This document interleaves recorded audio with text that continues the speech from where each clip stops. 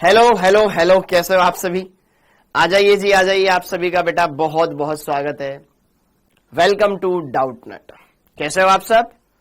आ जाइए। Good evening, good evening, good evening. कैसे हैं जी आप सभी? हाँ जी, गुड इवनिंग जी बेटा, गुड इवनिंग। आ जाओ जी, आ जाओ। क्या हाल चाल आप सब लोगों के? सब एकदम बढ़िया बेटा। हाँ जी, आ जाइए बेटा, आ जाइए। अरे कंप्यूटर जी, आपने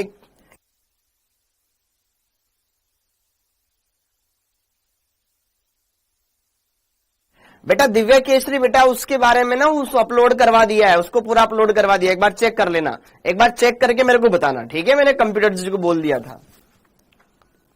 गुड इवनिंग बेटा, गुड इवनिंग। कैसे हो आप सब? आ जाइए। आप सभी का बेटा बहुत बहुत स्वागत है। Hello Kiran, hello Rahul, Dharmendra, hello Harish. Okay, हाँ जी, गुड इवनिंग जी, गुड इवनिंग। आप सभी का बेटा बहुत बहुत स्वागत है। मैं एकदम बढ़िया हूं, एकदम अच्छा हूं। हाँ जी, ओके। अब आगे बढ़ते हैं, सारी बातों को अच्छे से क्लियर करेंगे।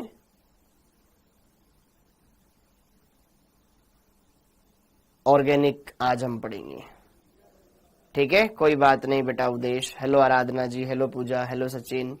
ओके, इस चैप्टर के प्रैक्टिस शीट डलवा दो। अरे भाई डालवा रखी ना बेटा इसमें तो, ठीक है यार। वो पता नहीं वो मैडम आ नहीं रही है यार, ठीक है? ओके, तो मैंने जो आरंभ 1 है, मैंने दोनों बैच में डालने की बोला था, आरंभ 1 और आरंभ 2 में। तो आरंभ 1 के अंदर तो ऑलरेडी अपलोडेड है बेटा फुल एक्सरसाइज, उसमें आप देखो। जैसे आपकी ऑर्गेनिक स्टार्ट होगी ना, उसमें स्टेप बाय स्टेप ऑर्गेनिक के हर एक चैप्टर है। IUPAC नामकरण वाला है, समायोता वाला है, देन उसके बाद GOC वाला है, फिर रिएक्शन मैकेनिज्म आ जाएगा, सब आ जाएगा, ठीक है? ओके, हाँ जी। और तुम्हारे अपलोड नहीं हुई क्या अभी तक? यार पता नहीं यार, अब बार बार बोलना भी उनको अच्छा नहीं लगता। हेलो नीट स्टूडेंट, ठीक है? ओके, हाँ जी बेटा। एक बार मुझे वापस से बता दो, एक बार मुझे वापस से बता दो, क्या बैच 2 में क्या फुल एक्सरसाइज नाम की कोई PDF अपलोडेड है, जिसमें सबसे ही पहले शुरुआत में ही पी ब्लॉक वाला चैप्टर आता हो? खोल करके देख लो। अभ्यास वाले में, प्रैक्टिस में आप ये देखो कि आपके पास कोई ऐसी PDF है जिसमें फुल एक्सरसाइज लिखा हुआ है और वो पूरा का पूरा कंप्लीट है। हाँ जी बेटा, मैं ही पढ़ाऊंगा भाई, मैं ही पढ़ाऊंगा, ठीक है? हाँ जी, आज ऑर्गेनिक होगी, आप खुद देख लो। अरे बेटा मेरे पास बैच 1 का एक्सेस है, बैच 2 का एक्सेस नहीं है, ठीक है? बैच 1 का एक्सेस है, बैच 2 का एक्सेस नहीं है। ओके, चलो देख लेना अच्छे से और अच्छे से चेक कर लेना।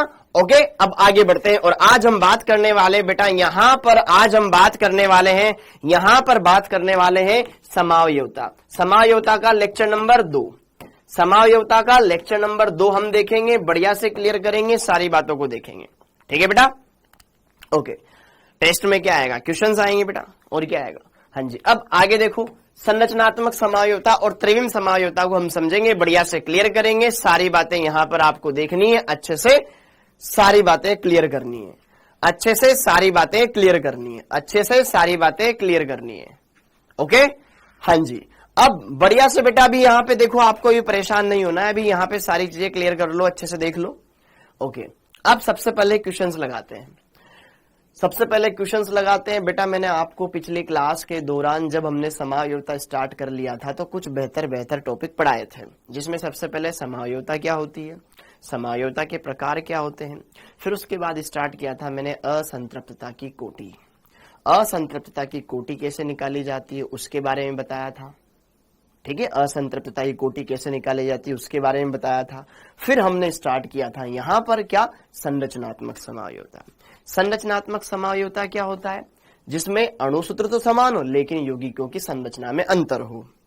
उसके भी प्रकार देखे थे, श्रृंखला समावयवता, स्थिति समावयवता, मध्यावयवता, चलावयवता और यहाँ पर वलय श्रृंखला। ये कुछ समावयवताएं हमने देखी थी, जिसमें से श्रृंखला और स्थिति समावयवता मैंने आपको पढ़ा दिया था, ठीक है बेटा? अब आगे बढ़ते हैं, सारी चीजें यहां पर क्लियर करते हैं। दिव्या केसरी जी बेटा, ठीक है, इसके बारे में एक बार पर्सनली जाकर के पूछ लूंगा, ठीक है? ओके, अब यहां पे देखो ध्यान से। हाँ जी, किसी कार्बनिक यौगिक में श्रृंखला समावयवता प्रदर्शित होने के लिए उसमें न्यूनतम कितने कार्बन होने चाहिए? अगर मैं कोई भी कार्बनिक यौगिक ले लूं, जैसे कि फॉर एग्जांपल मेरे पास एल्केन है, अगर एल्केन में मैं श्रृंखला समायोजकता देखना चाहता हूं, मतलब मुख्य कार्बन श्रृंखला की लंबाई में भिन्नता आ जाए, तो ऐसे कितने कार्बन की चेन मेरे को मिनिमम बनानी पड़ेगी। मैक्सिमम तो कितना भी हो सकता है, मिनिमम कितने कार्बन मैं लूं, तो आपको पता होना चाहिए। एक कार्बन तो सिर्फ मीथेन, मीथेन में अंदर कोई चीज, दो कार्बन हो, दो कार्बन आप ऐसे लगाओ या ऐसे लगाओ, तब भी दो कार्बन की चेन तो बनेगी ही बनेगी, हाँ या ना, दोनों में तो कोई फर्क ही नहीं है। आप तीन कार्बन लगाओ, तीन कार्बन को आप ऐसे लिखो या तीन कार्बन को आप ऐसे लिखो, कोई फर्क नहीं पड़ रहा, चेन तो तीन कार्बन की बनी रही है ना बेटा। तो कम से कम 4 कार्बन होने चाहिए, ठीक है, 4 कार्बन, 1 2 3 4, 4 कार्बन आप ऐसे भी लिख सकते हो, या फिर 4 कार्बन में से 3 को सीधे लगा दो, एक नंबर 2 पे लगा दो। तो यहां पर अगर चारों कार्बन सीधे लगाओगे तो एक यौगिक ये बन सकता है, और इसको इस तरीके से भी अरेंज किया जा सकता है।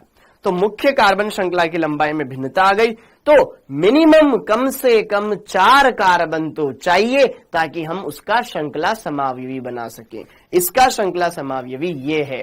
तो आपको यहां पर इस बात का ध्यान रखना होगा कि टोटल यहां पर मतलब कम से कम 4 होने चाहिए। मैक्सिमम तो कितने भी हो सकते हैं, 5 का ही बनाया जा सकता है, 6 का ही बनाया जा सकता है, लेकिन मिनिमम मिनिमम मिनिमम इतने कार्बन तो होने ही चाहिए। तो करेक्ट आंसर हो जाएगा ऑप्शन नंबर 4। क्लियर है मामला? Okay, very good. चेन के बारे में, श्रृंखला के बारे में भी थोड़ा बहुत परिभाषा बता दिया था बेटा। अब आगे देखो ध्यान से, अगला क्वेश्चन क्या है, किसी कार्बनिक यौगिक में स्थिति समायोजकता दर्शानी है मेरे को। मुझे कोई कार्बनिक यौगिक लेना है जिसमें स्थिति समायोजकता में बता सकूं अलग अलग पोजीशन वाइज, तो न्यूनतम कितने कार्बन परमाणु होने चाहिए, मिनिमम कितने कार्बन परमाणु होने चाहिए। समायोजकता कार्बनिक यौगिक क्या चल रहा है, ऑर्गेनिक चल रहा है ना बेटा, फिजा बताइए बेटा, दिख रहा है काजल, बताओ। आपको अगर स्थिति समायोजकता बतानी है, अब स्थिति मतलब पोजीशन, अगर मेरे को पोजिशनल आइसोमर बनाना है तो कितने कार्बन का बनना चाहिए। स्थिति समायोजकता, स्थिति नहीं पढ़ाया है कि मैंने अभी आपको बेटा, स्थिति समायोजकता नहीं पढ़ाया क्या, ट्राई तो करो यार। स्थिति समायोजकता मतलब जिसमें क्रियात्मक समूह की स्थिति बदल जाए, मुख्य कार्बनिक श्रृंखला समान लंबाई की रहे। कोई बात नहीं, एक बार ट्राई करो। अच्छा हाँ, ध्यान आया, मैंने क्वेश्चन करवाए थे बस लास्ट में जाते जाते, एक बार ट्राई तो कर लो बेटा। अरे ठीक है यार, ट्राई तो कर लो, ये तो आता होगा तुम्हें वैसे भी। स्थिति समायोजकता में क्रियात्मक समूह की स्थिति अलग अलग हो, डबल बॉन्ड की पोजीशन अलग हो, ठीक है। 2 कंपाउंड ले लो, जैसे कि मान लो, अब पहली बात तो हमें कम से कम, जैसे कि मान लो मैंने यहां पर 3 कार्बन को ऐसे लगा दिया, अब इस कार्बन को यहां लगा दिया, अभी ये वाला कार्बन कितने नंबर पे, 2 नंबर पर है। सर मैं इसको ऐसे भी तो लिख सकता हूं ना, सर ये दोनों के दोनों स्थिति समावयवी हैं। क्या ये दोनों के दोनों स्थिति समावयवी है? देखो, स्थिति समावयवता होने के लिए पहली बात दोनों के अणुसूत्र समान होने चाहिए, बिल्कुल है। दूसरी बात, यहां पर आपको ये देखना होगा मुख्य कार्बन चेन सेम लेंथ की होनी चाहिए। यहां पर 3 लेंथ की है, यहां पर 4 लेंथ की है। अरे हाँ या ना, ये एक दूसरे के भैया स्थिति समावयवी है नहीं है, ये श्रृंखला समावयवी है। अरे टेस्ट में आएगा जब बता दिया जाएगा ना आपको, आप जो चैप्टर अभी पिछले टेस्ट में दे चुके हो उसके आगे का पढ़ने लग जाओ ना, बार बार पूछते क्यों हो बेटा। हाँ जी, क्या हो गया ए मिश्रा, ठीक। तो बेटा यहां पर इससे काम नहीं चलेगा, ये एक दूसरे के स्थिति समावयवी नहीं है। क्लियर है? वेरी गुड बेटा, वेरी गुड। हाँ जी, अरे डीयू तक पढ़ा दिया था और उसके बाद एक मैंने परिभाषा भी लिखाई थी मंजीत कुमार, ठीक है, मैंने देख लिया था। हाँ जी, इतनी बात क्लियर हो गई। ओके, तो कम से कम मेरे को 5 कार्बन चाहिए बेटा। जैसे कि देखो ध्यान से, 1 2 3 4 कार्बन। हाँ जी, अगर हम बात करें मेरे को क्या बतानी है, मेरे को ये बतानी है स्थिति समावयवता बतानी है, तो एटलीस्ट मेरे को कम से कम 5 कार्बन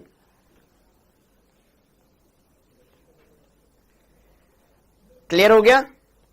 सब मेरी क्लास बहुत छूट गई है, पहले की लाइव नहीं ले पा रहा हूं। तो बेटा पहले पुरानी क्लास देखो, अभी लाइव मत आओ, वरना फिर बोलोगे सर समझ नहीं आया, समझ नहीं आया। हाँ जी ठीक है, ओके। हाँ जी, मेरे को न्यूनतम कितने कार्बन होने चाहिए ताकि मैं स्थिति समावयवता देख सकूं? किसी भी कार्बनिक यौगिक में मेरे को कितने का, अब जैसे कि मान लो डबल बॉन्ड मान लो, डबल बॉन्ड मान लो, अगर मैं एल्कीन देखूं, हाँ जी, अरे बन जाएगा बन जाएगा बन जाएगा बेटा, बन जाएगा, बिल्कुल बन जाएगा, सही हो गया। एल्कीन वाला उदाहरण में लूं, मेरे को तो मिनिमम कितने कार्बन चाहिए उससे पता लग जाएगा।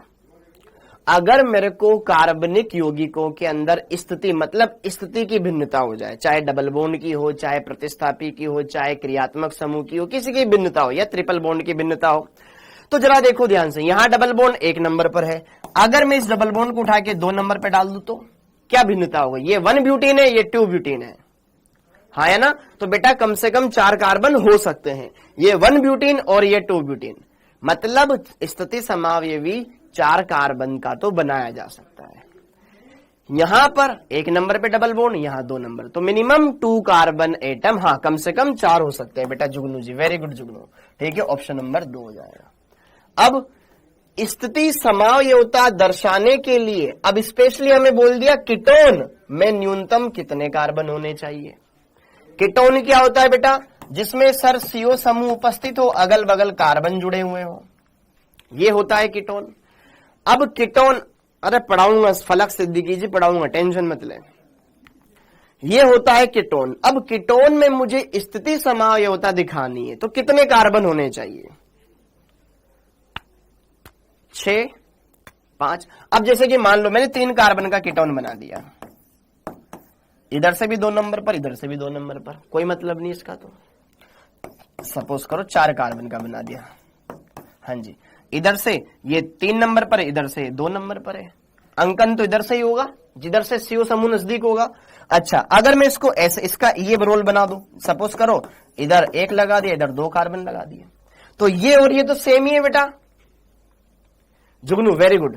यहां पर अगर हम देखें, अगर सर हम 4 कार्बन का कीटोन बनाए तो बेटा आप इस CO को इधर से, अब जब इधर आ गया तो इधर से नामकरण करेंगे, और अगर यहां पर तो आगे से अंकन करेंगे, तो ये दोनों तरफ से 2 नंबर पे ही आ रहा है, इस स्थिति में कोई बदलाव नहीं आया, ये 2 नंबर पे ही आ रहा है। लेकिन अगर मैं कम से कम 5 कार्बन वाला कीटोन बनाऊं, ठीक है, 5 कार्बन वाला कीटोन 2 नंबर पर आ गया, 3 नंबर पे भी लिखा जा सकता है। 5 कार्बन वाला कीटोन ऐसा भी हो सकता है, ये देखो, हाँ या ना, एटलीस्ट 5 कार्बन। अमित कुमार बेटा वो पढ़ाऊंगा, लेकिन अगर आप एक देख लोगे ना, क्वेश्चन से कर लो टॉपिक को, तो अच्छा क्लियर हो जाएगा। देखो ये है आपके पास 2 पेंटेनोन, ये है आपके पास 3 पेंटेनोन। अभी मैं पढ़ाऊंगा, चिंता मत करो, पढ़ाऊंगा मैं, पढ़ाऊंगा। ये है आपके पास 2 पेंटेनोन, ये है आपके पास 3 पेंटेनोन। तो एटलीस्ट अगर मुझे पोजिशनल आइसोमर बनाना है तो कम से कम 5 कार्बन होने चाहिए। तो अभी देखो ध्यान से, आपको यह समझ में आ गया कि सर श्रृंखला में तो हम मुख्य कार्बन चेन देख लेते थे, 2 समावयवी जिनके अणुसूत्र समान है लेकिन उनकी मुख्य कार्बन श्रृंखला की लंबाई भिन्न है, तो हम उनको बोल देते थे श्रृंखला समावयवी। लेकिन अगर हम बात करें सर जिनके अणुसूत्र समान है लेकिन क्रियात्मक समूह की स्थिति में भिन्नता हो, डबल बॉन्ड या ट्रिपल बॉन्ड की स्थिति में भिन्नता हो, प्रतिस्थापी की स्थिति में भिन्नता हो, देखो यहां पर CO समूह 2 नंबर पर है, यहां पर ये 3 नंबर पर है, तो कम से कम बेटा हमें 5 कार्बन वाला कीटोन बनाना पड़ेगा, क्योंकि उसी का स्थिति समावयवी बनाया जा सकता है। यह है आपके पास 2 पेंटेनोन, ये है आपके पास 3 पेंटेनोन। तो इसको भी लगा लो, अब हम आगे पढ़ लेते हैं, फिर बाद में कर लेंगे। क्लियर है जुगनू? अब ये वाला बाद में कर लेंगे, ठीक है, ये वाला बाद में कर लेंगे, फिर बोलोगे सर पढ़ाया ही नहीं आपने, तो पहले पढ़ लेते हैं। कोई बात नहीं, हाँ जी, अरे कोई बात नहीं, मैं पढ़ा रहा हूं भाई, पढ़ा रहा हूं, सब्र करो। हाँ जी, तो लास्ट लेक्चर में हमने क्या किया था, वहां से हम आगे बढ़ते हैं। पिछली क्लास के दौरान मैंने आपको DU पढ़ाया था, या DB जिसे बोलते हैं, या फिर उसको हाइड्रोजन डेफिशिएंसी इंडेक्स भी बोलते हैं, वो हमने देखा, उसको बढ़िया से समझाया। DU वगैरह मैंने आपको समझाया, DU या DOU या DBE, ये मैंने आपको समझाया। क्लियर हो गया था मामला। और जिसमें मैंने आपको ये फॉर्मूला बताया था कि पाई बंदों की संख्या प्लस वलयों की संख्या, यहां से आप क्या कर सकते हैं, डीयू कैलकुलेट कर सकते हैं। और अगर आपको फॉर्मूला दे रखा हो, अणुसूत्र दे रखा हो, तो डीयू कैलकुलेट करने का फॉर्मूला होता है कार्बन की संख्या प्लस 1 माइनस हाइड्रोजन की संख्या प्लस हेलोजन परमाणुओं की संख्या माइनस नाइट्रोजन परमाणुओं की संख्या बटे 2। कंपाउंड में हाइड्रोजन है, कंपाउंड में ऑक्सीजन हो, सल्फर हो, फॉस्फोरस हो, कोई फर्क नहीं पड़ता। कंपाउंड में ऑक्सीजन हो, सल्फर हो, कोई फर्क नहीं पड़ता। इनमें से अगर कोई है तो इस डीयू वाले सूत्र में रख दो, अच्छे से क्लियर हो जाएगा। ठीक है बेटा, ओके, हाँ बिल्कुल, ये मैंने आपको पढ़ा दिया था। और फिर इसके बाद स्टार्ट किया था मैंने आपका समावयवता। समावयवता में मैंने आपको क्या पढ़ाया था, समावयवता के अंदर मैंने आपको सबसे पहले पढ़ाया था संरचनात्मक समावयवता, उसकी डेफिनेशन लिखा दी थी। फिर उसके बाद मैंने पढ़ाया था आपको श्रृंखला समावयवता, उसके अंदर मैंने 2 उदाहरण करवा दिए थे। ठीक है, एक ओपन वाला और एक रिंग वाला कंपाउंड करवाया था। यस और नो, क्लियर हो गया मामला। अब वहां से आगे बढ़ते हैं और आगे की चीजों को क्लियर करते हैं। वेरी गुड, अब आगे बढ़ते हैं। हाँ जी, तो अब यहां से आप कुछ और बातें देख लें, अच्छे से क्लियर कर लें। हाँ जी, सबका कमेंट आ रहा है भाई, सबका कमेंट आ रहा है भाई, सबका कमेंट आ रहा है। ठीक है डॉक्टर महक, मेरा नाम भी जुगनू रखूंगी। हाँ जी, ओके, अब आगे देखो। अरे प्लीज अभी सारी भावनाओं को आप एक तरफ रखते हुए चुपचाप पढ़ाई करें। ठीक है, क्योंकि मेरा मूड अच्छा है, बढ़िया से पढ़ाने दो, बढ़िया से आप पढ़ो। ओके, अब यहां से मैं पढ़ा रहा हूं, यहां से मैं पढ़ा रहा हूं। ठीक है, ओके, तो अब सबसे पहले हम बात कर रहे थे श्रृंखला समावयवता के अंदर। तो श्रृंखला समावयवता बेटा हमने देख लिया था। अब दूसरा हेडिंग डाल लो आप, उसके अंदर स्थिति समावयवता, स्थिति समावयवता या सिंपल स्थिति समावयवी लिख लो यार। ठीक है, पोजीशन आइसोमर।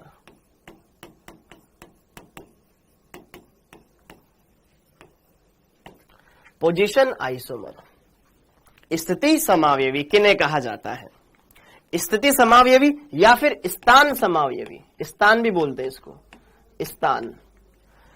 तो वे समावयवी जिनके अणुसूत्र समान हो, परंतु यहां पे और क्या बात देखो ध्यान से, वे समावयवी, वे समावयवी।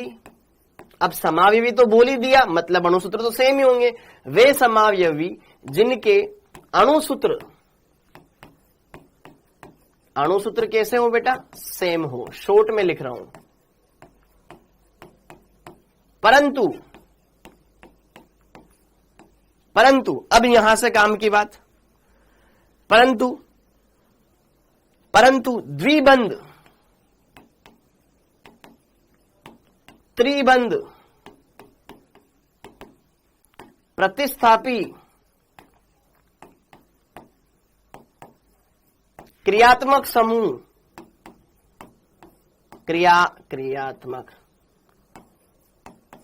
क्रियात्मक समूहों, ऐसे कर लेते हैं, क्रियात्मक समूहों की स्थिति, की स्थितियां क्या हो, डिफरेंट हो। ठीक है, हाँ जी सर जी मैं बहुत गरीब हूं, क्या करूं, पढ़ाई कर। हाँ जी, क्लियर है क्या। हाँ जी, वे समावयवी जिनके अणुसूत्र समान हो, वे समावयवी जिनके अणुसूत्र समान हो, परंतु जिसमें डबल बॉन्ड की पोजीशन, ट्रिपल बॉन्ड की पोजीशन या क्रियात्मक समूह की पोजीशन या फिर किसी प्रतिस्थापी की पोजीशन डिफरेंट हो, उनको क्या कहेंगे, हम क्या कहेंगे उनको, उनको कहेंगे स्थिति समावयवी।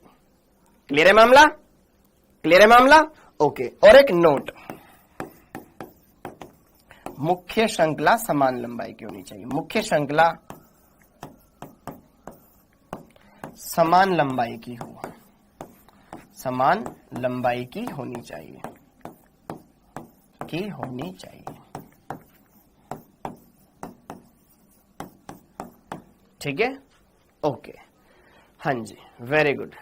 बेटा ये बार बार लाल मुंह मुंह करके ना कमेंट मत कर, चुपचाप पढ़ने आए पढ़ाई कर, या तो स्पैमिंग कर ले बैठ के, हो जाएगा तेरा सिलेक्शन इससे। ठीक, ओके। अब जैसे कि देखो इसके उदाहरण,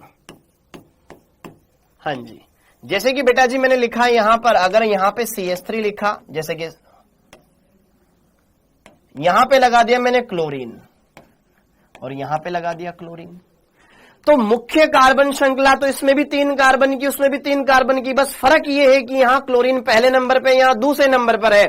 तो यहां पर हमें यह समझ में आ गया कि ये दोनों एक दूसरे के स्थिति समावयवी है, अणुसूत्र समान है, बस केवल पोजीशन में भिन्नता है। क्रियात्मक समूह यहां 1 नंबर पर है, यहां 2 नंबर पर है।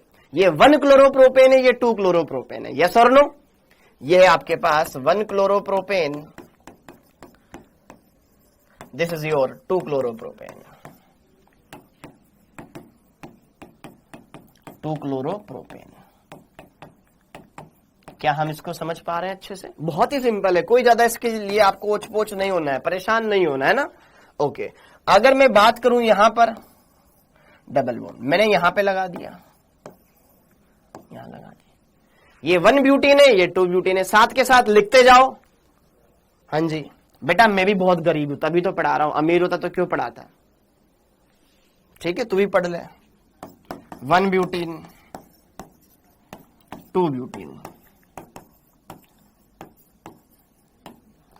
ये भी एक दूसरे की स्थिति समावयवी है। थर्ड,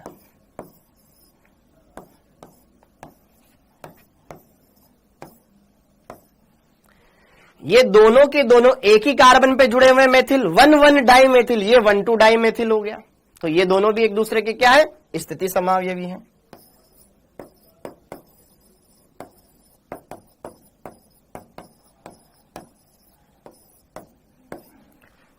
हाँ जी, क्लियर हो गया मामला? ओके, हाँ जी। तो स्थिति समावयवी क्या होता है बेटा? वे यौगिक, अब पहले तो बात मैंने समावयवी बोल ही दिया, वे समावयवी, तो अणुसूत्र तो सेम होएगा ही सही। वे समावयवी जिनके अणुसूत्र सेम हो, परंतु जिनके डबल बॉन्ड, जिनमें डबल बॉन्ड की पोजीशन या ट्रिपल बॉन्ड की पोजीशन या प्रतिस्थापी की स्थिति या फिर मुख्य क्रियात्मक समूह की स्थिति डिफरेंट हो, वो आपस में क्या कहलाते हैं? स्थिति समावयवी कहलाते हैं। ठीक है, ओके, आप उदाहरण से समझो सारी बातें, ऑर्गेनिक चल रहा है बिल्कुल। हाँ जी, ये क्लियर हो गया मामला? साथ के साथ लिखते जाना उदाहरण, बढ़िया से क्लियर करते जाना। हाँ जी, ठीक है, मामला क्लियर है? ओके बेटा। अरे ये हमने बेटा अलग से यहां पर मैंने कोई अलग, हाइड्रोकार्बन का मतलब है जिसमें कार्बन और हाइड्रोजन, मेनली उसकी बात कर रहे हैं। फिर अगर आप अलग से कुछ लगा रहे हो तो फिर वो बात अलग है बेटा। ठीक है, अरे हाँ यार, चलो चलो चलो, इस बात को भी क्लियर कर लेते हैं। ये जो वाला क्वेश्चन था ना बेटा, इस वाले क्वेश्चन के अंदर जैसे कि अगर सिर्फ कार्बन कार्बन है तो 4 कार्बन, और अगर हमें सिर्फ कार्बनिक यौगिक बोला गया है, हमें सिर्फ कार्बनिक यौगिक बोला गया है। अब कार्बनिक यौगिक तो कोई भी हो सकता है यार, ठीक है, कार्बनिक यौगिक तो कोई भी हो सकता है। इसको भी तो मैं कार्बनिक यौगिक बोलूंगा ना, तो यहां तो 3 कार्बन से काम चल गया। ठीक है, ओके, तो यहां पर मिनिमम 3 कार्बन हो जाएंगे। ठीक है, हाँ जी, किसी भी कार्बनिक यौगिक में स्थिति समावयवता प्रदर्शित, नोट लगा के लिखो, नोट लगा के लिखो, इस पॉइंट के बाद नोट लगा के लिख लो, नोट लगा के लिख लो, किसी भी कार्बनिक यौगिक में, अगर मैंने बोल दिया किसी कार्बनिक, किसी भी नहीं बोला, किसी कार्बनिक यौगिक में, किसी कार्बनिक यौगिक में स्थिति समावयवता प्रदर्शित होने के लिए न्यूनतम 3 कार्बन होने चाहिए। जैसे कि ये है आपके पास 1 क्लोरोप्रोपेन, दिस इज 2 क्लोरोप्रोपेन। ठीक है, डन है मामला, एकदम सॉर्टेड है। तो एक नोट लगा के लिख लो, फिर मैं स्पेशली बारी बारी से कुछ के बारे में बता दूंगा। हाँ जी, नोट लगा के लिख लो। हाँ जी, किसी कार्बनिक यौगिक में श्रृंखला समावयवता, पहला क्रियात्मक स्थिति के बारे में लिखी रहते अपन, स्थिति समावयवता के लिए कम से कम 3 कार्बन होने चाहिए। ओके, अगर वो पर्टिकुलर किसी का नाम लेके बोले, जैसे कि एल्केन में, जैसे कि एल्कीन में, जैसे कि एल्काइन में, तो फिर हम वहां पर उस बात का ध्यान रखेंगे बेटा। ठीक है, अगर वो इस क्वेश्चन में मेरे को ये बोलता कि सर एल्केन में बताओ, सर एल्कीन में बताओ, सर एल्काइन में बताओ, तो फिर वहां पे हमें ध्यान रखना पड़ेगा। ठीक है, क्योंकि एल्काइन में, एल्कीन में तो 1 ब्यूटीन 2 ब्यूटीन 4 कार्बन है।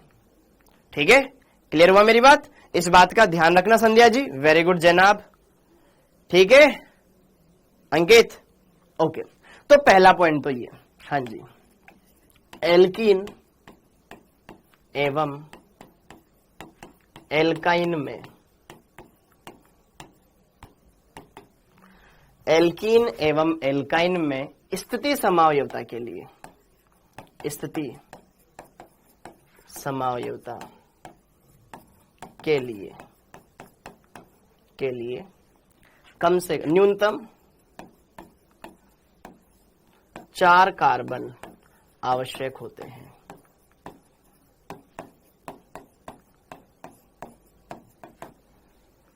ठीक है, क्लियर है बेटा? क्लियर है बेटा? हाँ जी, देख लो ध्यान से। यहां पर कम से कम 4। अब जैसे कि देखो उदाहरण,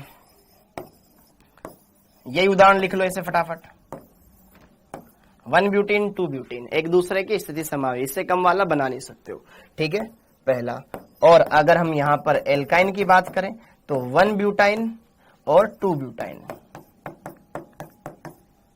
ये दोनों एक दूसरे के आइसोमर हो जाएंगे। सर ये चेन आइसोमर की तरह ही हो रहा है? हाँ बिल्कुल सेम ही हो रहा है बेटा, उसके जैसे ही है। ठीक है, ओके। अरे यहां से पढ़ाना स्टार्ट किया है मैंने, यहां से पढ़ाना स्टार्ट किया है। ठीक है, यहां से पढ़ाना स्टार्ट किया, इससे पहले क्वेश्चन करवाया था। ठीक, ओके, क्लियर हो गया मामला? अरे क्लियर है? बोलो। एल्केन के लिए बेटा मिनिमम से मिनिमम, अब एल्केन के लिए सोचो, अगर मैं एल्केन के लिए बात करूं तो एटलीस्ट कम से कम यहां पर अगर मैं एल्केन को देखूं तो फिर अगर मैं सिर्फ एल्केन को देखना चाह रहा हूं तो 1 2 3 4 कार्बन का, 4 कार्बन से भी पॉसिबल नहीं है। देखो 1 2 3, हाँ नोट लगा के लिखो, अभी लिखवा देता हूं उसमें। ठीक है, थर्ड, एल्केन में स्थिति बना के देख लो, स्थिति समावयवता के लिए, स्थिति समावयवता के लिए कम से कम 6 कार्बन होने चाहिए। कैसे? देखो ध्यान से, अगर आप कम से कम बेटा 5 देखोगे, देखो अगर मैं 4 कार्बन लगा रहा हूं, 4 कार्बन का सोचना चाहता हूं, अब मुझे पोजीशन बतानी है तो कोई प्रतिस्थापी बाहर निकालना पड़ेगा, कोई प्रतिस्थापी बाहर निकालना पड़ेगा। तो जरा देखो, अगर मैं 4 कार्बन का लूंगा बेटा, तो एक मेरे को बाहर निकालना पड़ रहा है। अब ये तो 2 नंबर पे ही आ सकता है, क्योंकि अगर इधर लगा दिया और इधर लगा दिया तो वापस 4 कार्बन की सीधी चेन बन जाएगी। तो कम से कम 4 का तो पॉसिबल नहीं हो सकता। अब आप 5 पे चलो, 5 में से 4 कार्बन की चेन सीधी बना लेता हूं मैं। ठीक है, 1 2 3 4 कार्बन की सीधी चेन बना ली। अब 1 कार्बन बचा, 1 पर लगाऊंगा तो वापस से 5 बन जाएगी, इधर लगाऊंगा वापस से 5 की बन जाएगी। यही 2 पोजीशन बची। यहां लगाऊंगा तो इधर से 2 नंबर पर आया, इधर से, और अगर यहां लगाऊंगा तो फिर इधर से 2 नंबर पर आ जाएगा। तो कहीं से भी इधर से लगाओ या इधर से लगाओ, प्रतिस्थापी 2 नंबर पर ही आएगा। क्या मेरी बात क्लियर है बेटा? स्पेशली मैंने वहां एल्केन लिखा है, नेहा जी एल्केन लिखा है। हाँ देखो ध्यान से, अगर क्वेश्चन में ये बकायदा मेंशन कर दिया गया है, अगर क्वेश्चन में बकायदा ये मेंशन कर दिया गया है कि यार एल्कीन के अंदर पूछ रहा है या एल्काइन के अंदर पूछ रहा है या एल्केन के अंदर पूछ रहा है या जनरल वे में पूछ रहा है, तो जैसे कि देखो किसी कार्बनिक में, यौगिक में स्थिति समावयवता के लिए कम से कम 3 होने चाहिए। ठीक है, लेकिन अगर एल्कीन और एल्काइन के लिए पूछ रहा है तो कम से कम 4, और एल्केन के लिए पूछ रहा है तो वही बात 6 तक चली गई। समझ में आया? क्या मेरी बात समझ में आई? 2 प्रतिस्थापी, अब देख ध्यान से, तू अगर मान ले 5 कार्बन की चेन बना रहा है, ठीक है, तेने 3 कार्बन की चेन बना दी। अब तेरे पास कितने प्रतिस्थापी हो गए? सर मेरे पास सॉरी, मैंने 5 कार्बन की यहां पर चेन में बनाना चाहता हूं कि 5 कार्बन से मैं प्रतिस्थापी बनाऊंगा। देखो मैं बनाऊंगा, कैसे बनाऊंगा? अगर हम यहां पे सोचें प्रतिस्थापी होने चाहिए, वो अगर प्रतिस्थापी होने चाहिए तो बेटा बता कैसे बनाएगा यहां पर? और चेन बदलनी चाहिए, चेन की लेंथ नहीं बदलनी चाहिए। अगर तू सोच रहा है कि सर ये दोनों भी तो यहां पर हो सकते हैं, सर देखो ये यहां पे लगा दिया, ये यहां पे लगा दिया, चेन बदल गई। देख यहां पे ये दोनों, ये देखिए 3 कार्बन की चेन है, यहां पे ये देख 4 कार्बन की, चेन की लंबाई बदल गई, चेन की लंबाई बदल गई, चेन की लंबाई बदल गई। तो बेटा कम से कम 6 कार्बन की होनी चाहिए, ठीक है? चेन की लंबाई नहीं बदलनी चाहिए, नोट लगवा के लिखवाया है मैंने अभी। और अगर आप 6 कार्बन लेते हो तो 6 कार्बन में देखो ध्यान से, आप 6 कार्बन में से 5 कार्बन सीधे लगा दो, अब 1 कार्बन को 2 पे लगा दो, या फिर 5 सीधे लगा दो, 3 पे लगा दो। तो कम से कम 6 कार्बन होंगे एल्केन में, तो उसका स्थिति समावयवी बना सकते हैं। ये 2 पर है, ये 3 पर है, चेन लेंथ वही सेम रही, 5 कार्बन की चेन बना दी, 2 पे लगा दिया और 3 पे भी लगा दिया। हाँ या ना? क्लियर है? अरे अगर कुछ आप उसमें क्लोरीन जोड़ रहे हो या फिर वो तो अपन ने देख लिया ना। अगर यहां पर देखो ध्यान से, ये वाला उदाहरण कहां गया? वो कहां गया? ये वाला उदाहरण देखो, इस वाले उदाहरण में बेटा ये एल्केन नहीं है, ये एल्किल हैलाइड है, मतलब हेलोजन का व्युत्पन्न है जिसमें हेलोजन लगा रखा है। तो अगर मैं ऐसा कोई प्रतिस्थापी जोड़ रहा हूं तो फिर तो मैं सिंपली देख रहा हूं ना कि हाँ यहां तो 3 कार्बन ही चाहिए मेरे को, ठीक है? क्लियर हो गया मामला? अब एल्केन में 5 होता है बेटा विद्यासागर, ठीक? ये क्लियर हो गया? तो ये ध्यान रखना, ये ध्यान रखना। अब आगे देखो, अब आगे देखो, हाँ जी, ठीक है क्या मामला? ठीक है विद्यासागर? अब देखो ध्यान से आगे। तो अभी तक हमने ये देख लिया कि भाई हाँ यार ठीक है, ये बात भी जाननी जरूरी थी, लेकिन वो आप खुद क्या करोगे, एग्जाम में ऐसे कंपाउंड देख देख करके चेक करोगे कि यार मेरे को कौन सा कंपाउंड दिया गया है और मुझे इसके लिए मिनिमम कितने कार्बन है। हाँ, आईयूपीएसी नेम में तो चेंज होगा ही सही ना अगर तो संरचनात्मक समावयवी बनाएगा बेटा। अब अगली कहानी, अब अगली कहानी, सर अगर हमको क्वेश्चन में सूत्र दिए जाए तो कैसे पता चलेगा क्या होगा, मतलब कैसे पता चलेगा कि कौन सी समावयवता है? उसमें देखो ना, 2 कंपाउंड देख के देखो ना, ये वाला क्वेश्चन दे रखा है, अब इसमें तुम्हें सूत्र दे रखे हैं, बताओ इसमें कौन सी समावयवता है? ट्राई करो एक बार इसको। हाँ जी, इस क्वेश्चन के अंदर देखो ध्यान से, इनमें कौन सी समावयवता है? एक कंपाउंड ये है, एक कंपाउंड ये है, दोनों के बीच में सही संबंध है, बताओ। ठीक है अर्शी बेटा ध्यान से देखो, 2 कंपाउंड दे रखे हैं, उनके बीच में आपको क्या बताना है? उनका सही, हाँ टेस्ट में आएगा बेटा दुर्गा ये वाला चैप्टर। क्या लगते हैं ये एक दूसरे के? श्रृंखला समावयवता, स्थिति समावयवी, क्रियात्मक समावयवी या समरूप, दोनों एक जैसे हैं क्या? अब देखो ध्यान से देखो, अरे पवन जी आपके लिए ही देखो, यहां पे लिखा हुआ मैंने, यहां पे 1 2 3 4 5 6 कार्बन है। पहले देख लो दोनों के अणुसूत्र सेम है या नहीं है, वही मात खा जाओगे। हम जल्दीबाजी में जवाब तो देंगे लेकिन हम वही गड़बड़ कर देंगे। पहले ये चेक कर लो कि दोनों के अणुसूत्र सेम है या नहीं, समावयवी तभी तो होंगे। इसमें 1 2 3 4 5 6 कार्बन है, इसमें भी 1 2 3 4 5 6 कार्बन होने चाहिए, ठीक है? दोनों के अंदर 6 कार्बन है। अब यहां पे ऑप्शन में भी समावयवी दे रखा है, ये भी समावयवी, ये भी समावयवी और एक समरूप। क्या दोनों सेम है? सेम तो नहीं दिख रहे, मतलब इन तीनों में से कोई एक ऑप्शन होगा, मतलब समावयवी तो है कन्फर्म, ये तो पक्का हो गया, चौथा वाला तो नहीं होगा।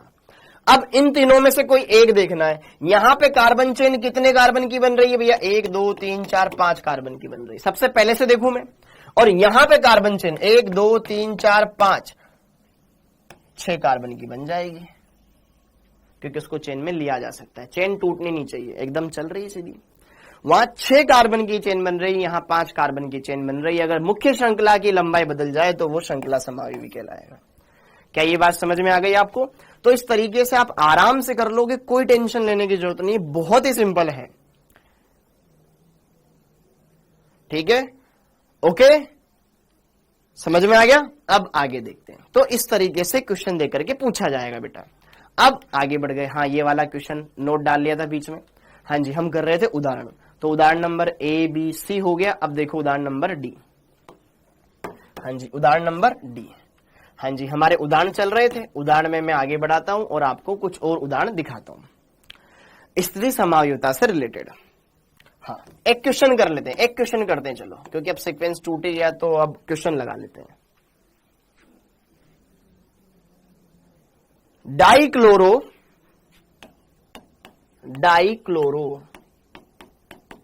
साइक्लोहेक्सेन, डाइक्लोरो साइक्लोहेक्सेन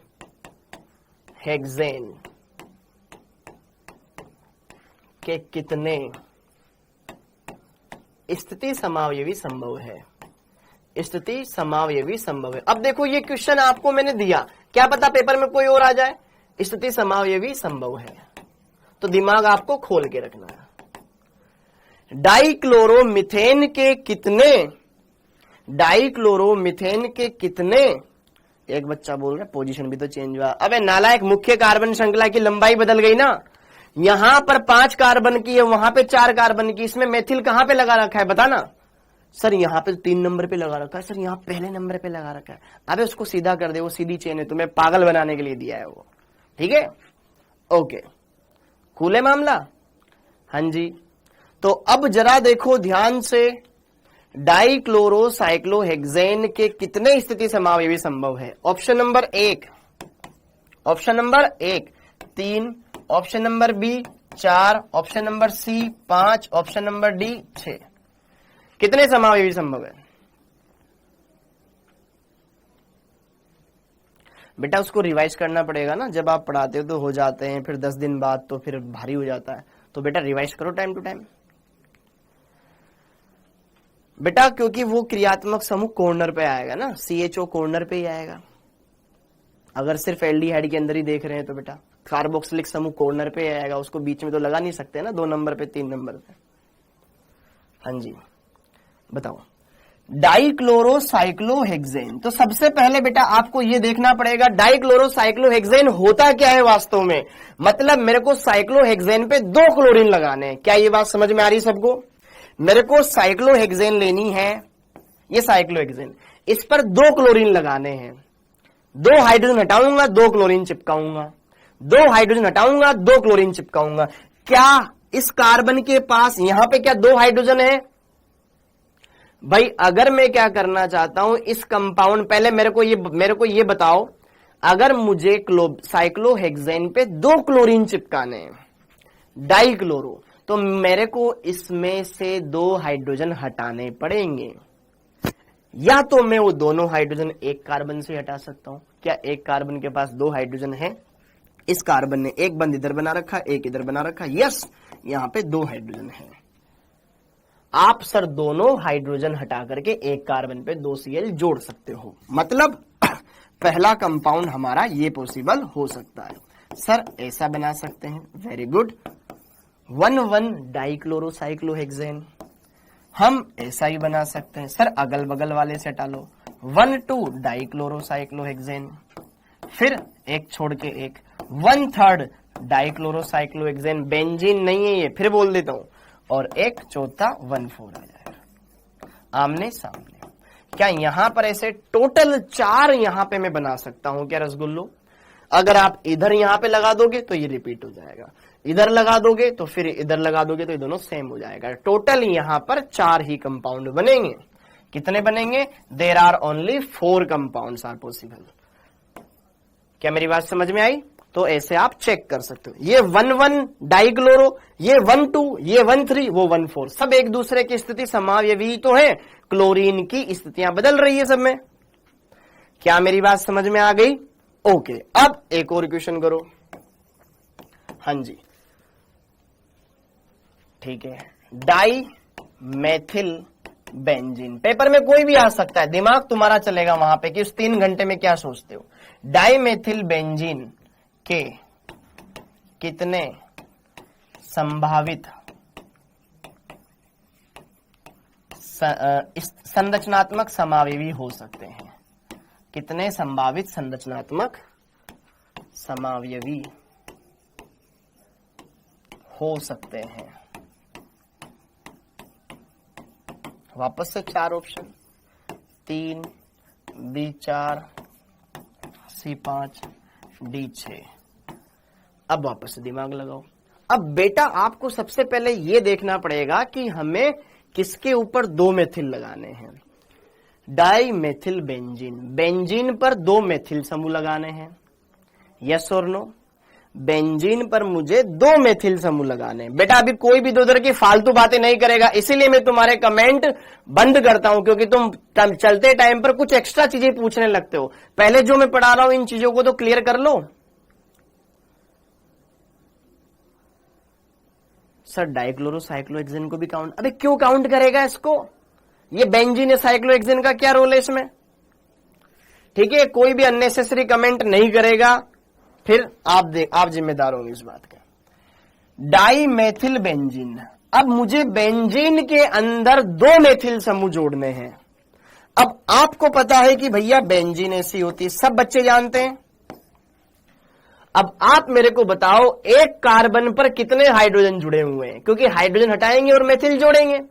अब एक कार्बन पर गुरुजी सर एक ही तो हाइड्रोजन जुड़ा हुआ है, सब पर एक ही हाइड्रोजन है, क्या ये बात सब जानते हैं? सर हम अंधे नहीं है, सब जानते हैं हम। ये है C6H6 बेंजीन, ये है बेंजीन। बेंजीन में हर एक कार्बन पर एक ही हाइड्रोजन जुड़ा हुआ है, तो कोई पागल ऐसा तो नहीं है जो एक ही कार्बन पर 2 मेथिल जोड़ रहा है। तो मैं इसमें क्या करूंगा, अब मैं 2 मेथिल जोड़ना चाहूंगा। अब 2 मेथिल एक कार्बन पर नहीं चिपका सकते, एक मेथिल अगर यहां लगाओगे तो दूसरा यहां पे लगा दो, 1,2 डाई मेथिल बन जाएगा। अगला 1/3 डाई मेथिल बन जाएगा। यहां पे एक मेथिल लगा दिया तो एक मेथिल यहां लगा दो, और एक आपके पास 1/4 डाई मेथिल बन जाएगा, 1/4 डाई मेथिल बन जाएगा। तो क्या यहां पर आप मेरे को यह बता सकते हो कि सर 3 ही बन रहे हैं? इसका सामान्य नाम क्या है, याद है आपको? अगर बेंजीन पे 2 CH3 जुड़े होते हैं तो उसको क्या बोलते हैं? बेंजीन पर 2 CH3 जुड़े होते हैं तो उसको क्या बोलते हैं बेटा? बेंजीन पर 2 CH3 जुड़े होते हैं तो उसको क्या बोलते हैं? जाइलीन। वेरी गुड, ये है आपके ऑर्थोजाइलीन, ये है आपके पास मेटाजाइलीन, और ये है आपके पास पैराजाइलीन। तो यहां पर हम इस तरीके से, यहां पर अगर मेरे को बेंजीन दे रखी है तो अगर मैं इस पर 2 क्लोरीन लगाना चाहता हूं या 2 मेथिल लगाना चाहता हूं तो यहां पे ये कुछ केस बन सकते हैं। ठीक है, तो यहां पर हमारे पास 3 कंपाउंड बनेंगे, तो ऑप्शन नंबर 1 क्लियर हो जाएगा। क्या सबको क्लियर है बेटा? Very good. तो क्वेश्चन कैसे भी आ सकता है, आपका कॉन्सेप्ट मजबूत होना चाहिए बस। क्या पता इनके अलावा कोई और आ जाए, बस हाँ मैंने क्या सोचा था वो मेरे को पता होना चाहिए बस। यहां पे क्लियर हो गया क्या? ऑप्शंस के बीच में संबंध क्या है? ये स्थिति समावयवी है और क्या है। अब आगे बढ़ते हैं, ये क्लियर हो गया? हाँ जी, एक क्वेश्चन यहां पे लिख लो, एक क्वेश्चन लिख लो, कार्बोक्सिलिक अम्ल। ठीक है, कार्बोक्सिलिक अम्ल मतलब RCOH। ठीक है, एल्डिहाइड, एल्डिहाइड मतलब RCHO एवं साइनाइड एवं एल्किल साइनाइड। पूरा नाम लिख लेते हैं, एल्किल साइनाइड, RCN। स्थिति समावयवता, अगर मैं बात करूं यहां पर स्थिति समावयवता, क्योंकि इसमें तो यही क्रियात्मक समूह है। हाँ जी, स्थिति समावयवता, स्थिति या स्थान समावयवता नहीं दर्शाते हैं, इनके मुख्य, ठीक है, नहीं दर्शाते हैं। क्यों? तो ये क्वेश्चन है, आपको इसका आंसर देना है। ये नहीं कि सर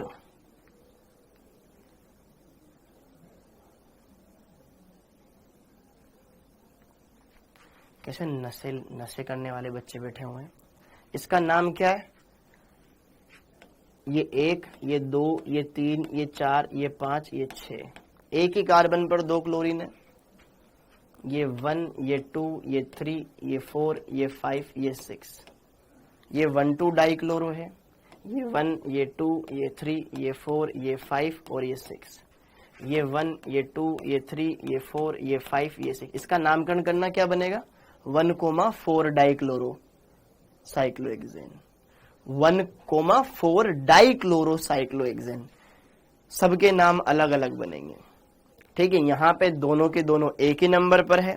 यहाँ पर ये 1, 2, ये 1/3, 1, 4। क्या सब में स्थितियां बदल रही है? उसमें दोनों पे सेम, फिर यहाँ पे एक छोड़ के, फिर यहाँ पे ये, फिर ऐसे। थोड़ा दिमाग लगाओ यार, बार बार स्पैमिंग मत करो। हाँ जी, अब यहाँ पे देखो ध्यान से, इसका आंसर आपको बताना है। क्वेश्चन वाले ने ये साफ बोला हुआ है कि भाई यहां पर फंक्शनल ग्रुप एक ही का फर्स्ट कार्बन पर आता है। वेरी गुड बेटा एहसान। हाँ, क्योंकि इनमें जो क्रियात्मक समूह है उसमें कार्बन है, COOH में कार्बन है, CHO में कार्बन है, साइनाइड में कार्बन है, वो तो सिर्फ नंबर 1 पे आएगा, तो वो स्थिति समावयवता नहीं दर्शाएगा। क्या मेरी बात समझ में आ रही है? हाँ, बिकॉज फंक्शनल ग्रुप के कार्बन को ही फर्स्ट नंबर देंगे। वेरी गुड, बहुत बढ़िया। क्योंकि इनमें उपस्थित क्रियात्मक समूह सदैव प्रथम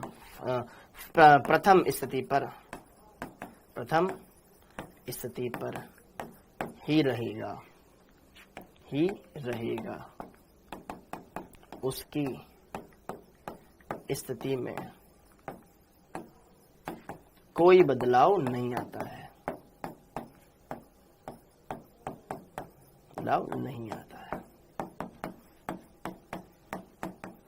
समझ में आ गया? इसलिए नहीं दर्शाता है। ठीक है, ओके, वेरी गुड।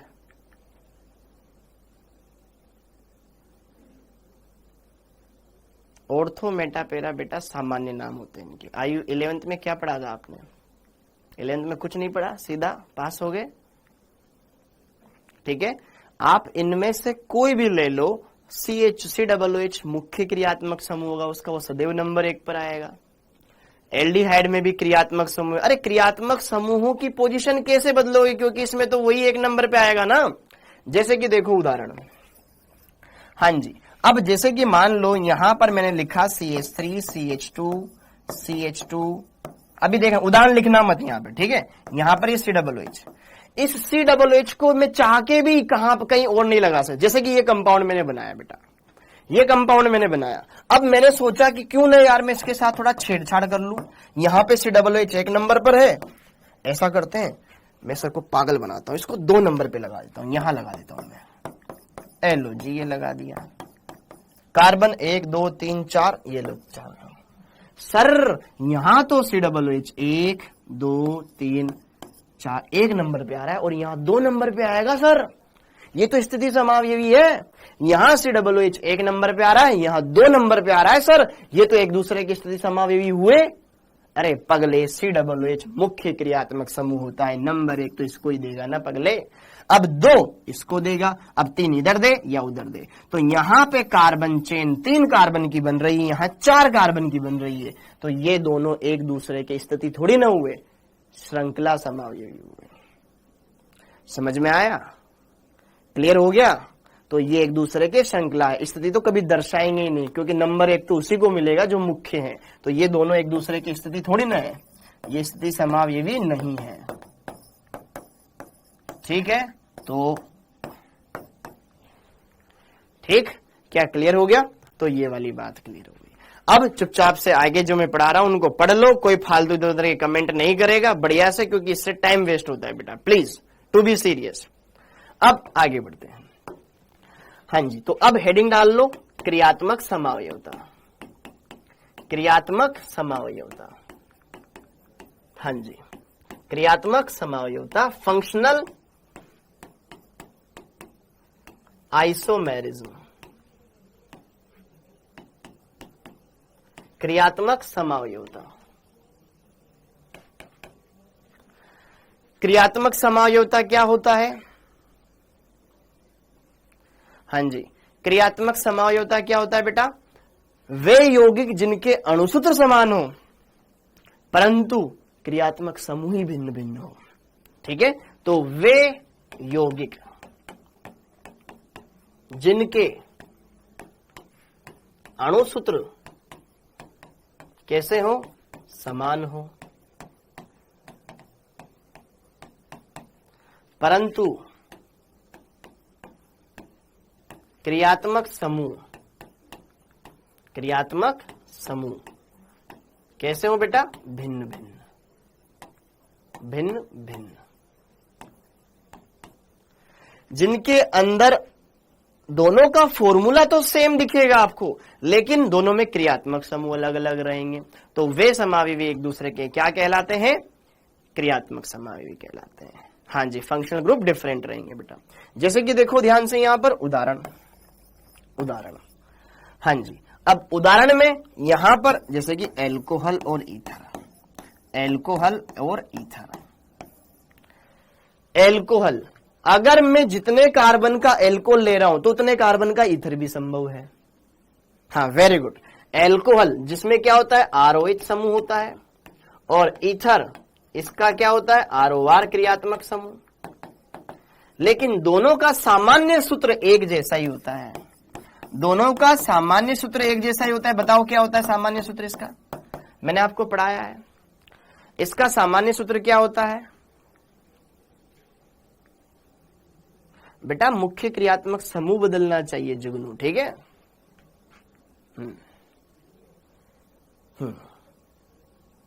ठीक है, जैसे कि वेरी गुड, बहुत बढ़िया बेटा।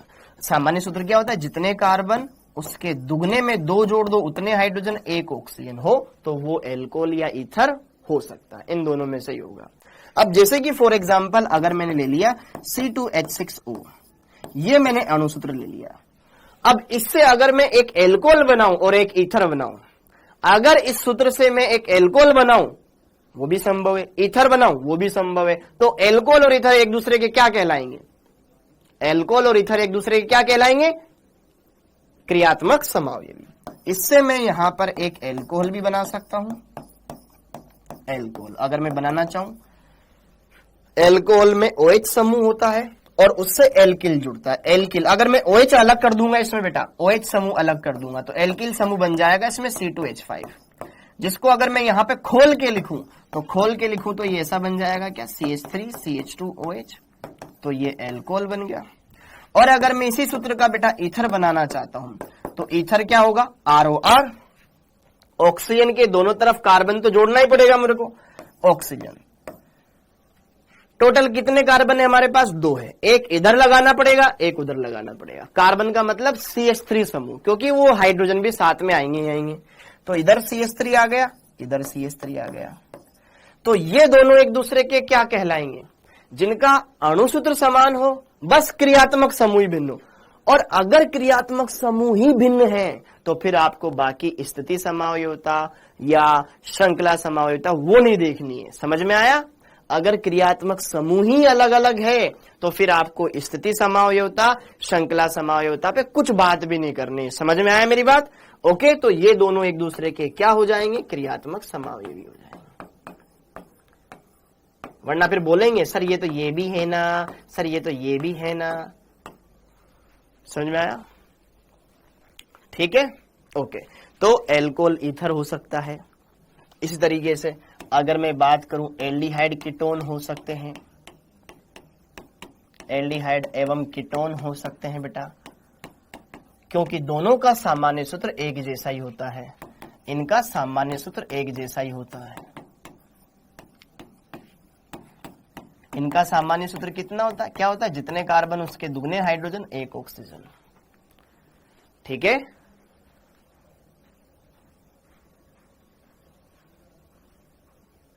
ठीक है बेटा, क्लियर है मामला? ओके,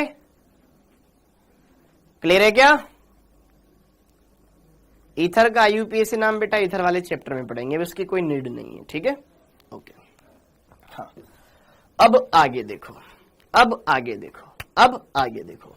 अब अगर जैसे कि मैंने कोई उदाहरण लिया, फॉर एग्जाम्पल मैंने लिया बेटा 3 कार्बन 6 हाइड्रोजन 1 ऑक्सीजन, क्या मैं इससे कोई एल्डिहाइड बना सकता हूं? यस, मैं इससे चाहूं तो एल्डिहाइड बना सकता हूं। अगर मैं यहां पर एल्डिहाइड बना दूं, एल्डिहाइड में क्या रहता है? CHO समूह, 1 2 तीसरा कार्बन वाला CHO लगा दो। अब बाकी संयोजकता, वेरी गुड बेटा, मैंने इसको DU में पढ़ाया था ना, इसलिए तो पढ़ाया था कि ताकि आगे मेरे को दिक्कत ना आए। ये 3 कार्बन वाला एल्डिहाइड बना दिया। अब कीटोन बनाना चाहूं मैं इसी सूत्र से, तो कीटोन भी मैंने बना दिया। देखो क्या इन दोनों का अणुसूत्र यही है? चेक कर लोगे, सेम ही मिलेगा। बस फर्क क्या है सर? इसमें क्रियात्मक समूह एल्डिहाइड है, इसमें कीटोन है, दोनों का अणुसूत्र सेम है, बस क्रियात्मक समूह तो अलग अलग है। हाँ, ये दोनों के दोनों क्रियात्मक समावेशी है।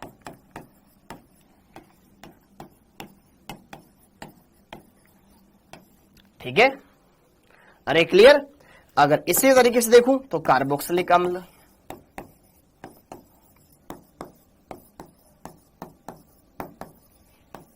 कार्बोक्सिलिक अम्ल हो जाए RCOH, और बेटा एस्टर हो जाए,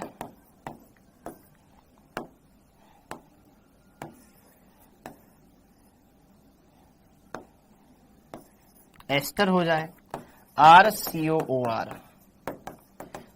ठीक है, आपको बस इतना देखना है कि अणुसूत्र क्या है इनके। अगर दोनों के अणुसूत्र समान है, क्रियात्मक समूह अलग अलग है, तो हम इनको बोल देंगे भैया ये तो क्रियात्मक समूह, ये तो क्रियात्मक समावेशी है। That's it. ठीक, कार्बोक्सिलिक अम्ल और एस्टर।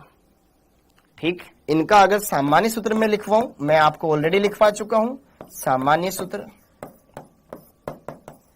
CnH2nO2, 2 ऑक्सीजन आ जाएंगे इसमें। ठीक है बेटा, वेरी गुड, बहुत बढ़िया।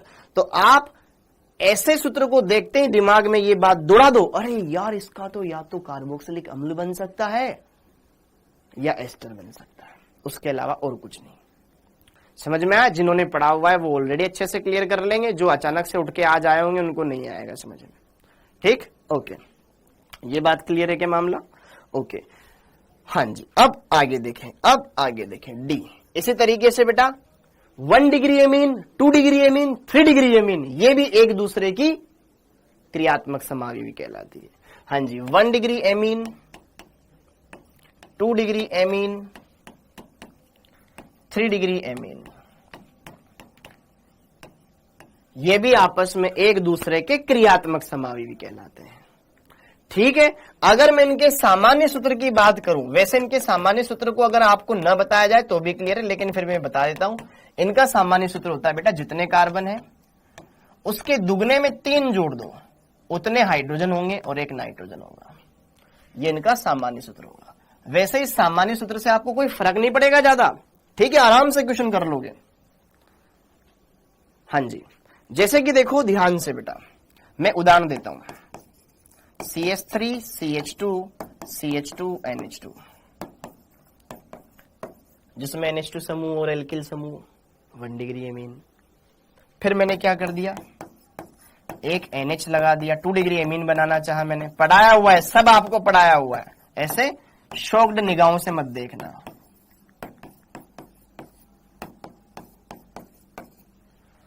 ये मैंने आपको यहां पर क्लियर करवा दिया।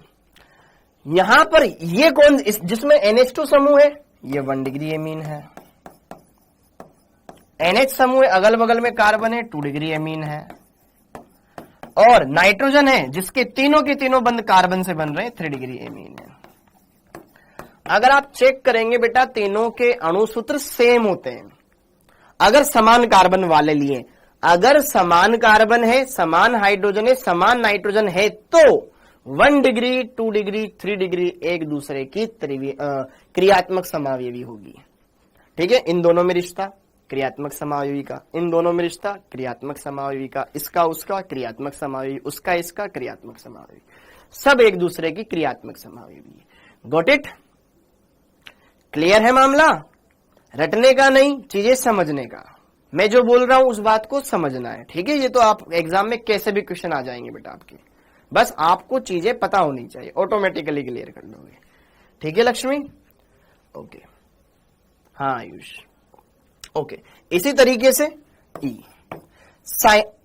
इसी तरीके से alkyl cyanide, alkyl cyanide, alkyl cyanide क्या होता है? RCN एवं एल्किल आइसोसाइनाइड, एल्किल आइसोसाइनाइड, इसमें क्या होता है? RNC।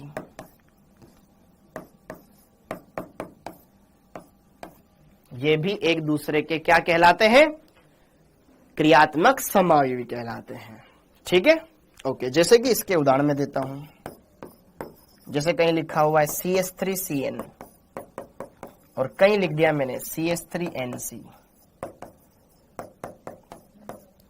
इसमें जितने कार्बन है उतने कार्बन उसमें है, जितने हाइड्रोजन इसमें उतने ही उसमें है, बस यहां साइनाइड था, यहां आइसोसाइनाइड कर दिया। तो this is example of functional isomers. ये एक दूसरे के क्या है? क्रियात्मक समावयवी है।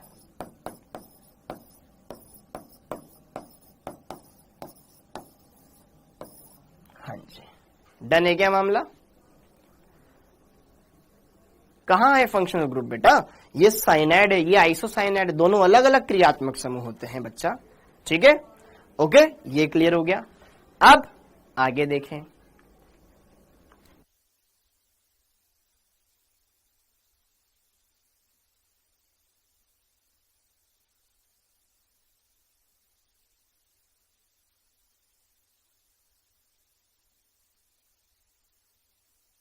हाँ जी, क्लियर हो गया। ये वाली बात क्लियर है यहां तक? ये वाली बात क्लियर है? ओके, अब आगे देखो, अब आगे देखो।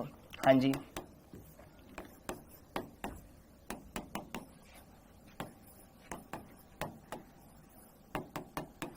ये दोनों एक दूसरे के क्या होंगे? ये दोनों एक दूसरे के क्या होंगे? ये दोनों एक दूसरे के क्या होंगे? इसका कोई सामान्य सूत्र नहीं होता मंजीत। हाँ जी, ये दोनों एक दूसरे के क्या होंगे? बोलो, ये दोनों एक दूसरे के क्या होंगे?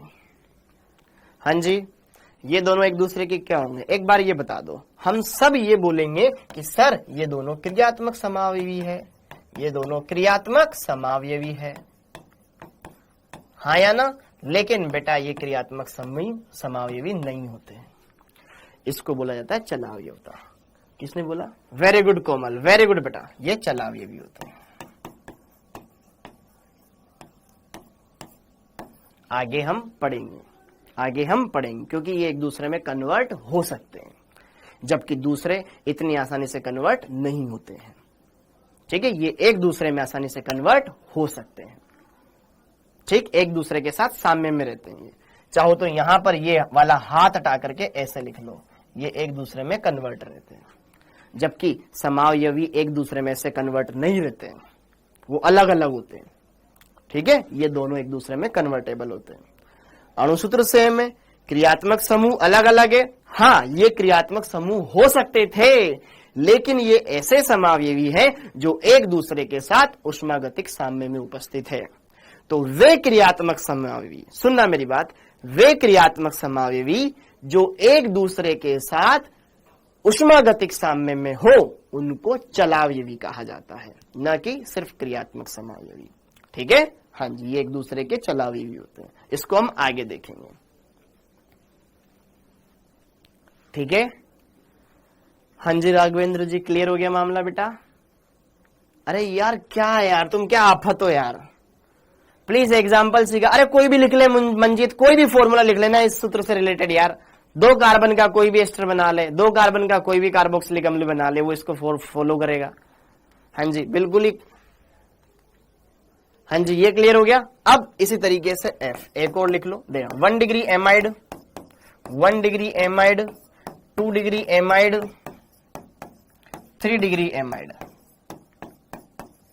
ये भी आपस में क्या होते हैं? आपके क्रियात्मक समावयवी होते हैं। 1 डिग्री एमाइड क्या होता है बेटा? जिसमें RCONH2 होता है, ये 1 डिग्री एमाइड होता है।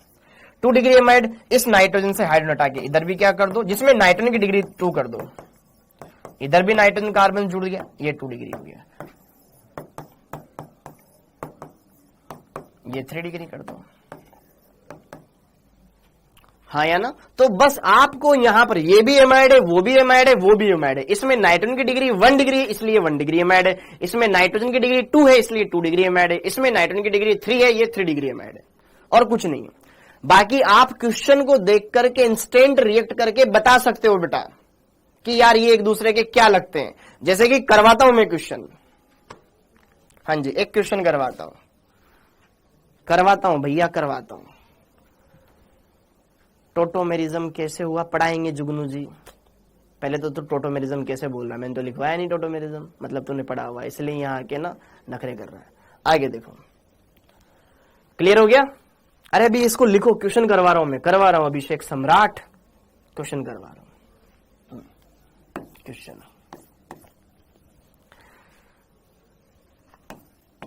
हाँ जी, निम्न में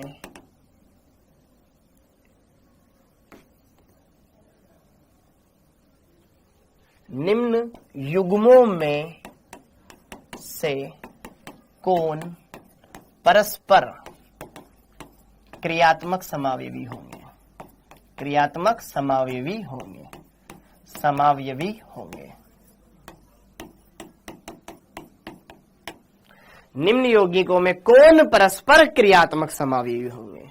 जैसे कि देखो ध्यान से, मैंने यहां पे लिखा बच्चा,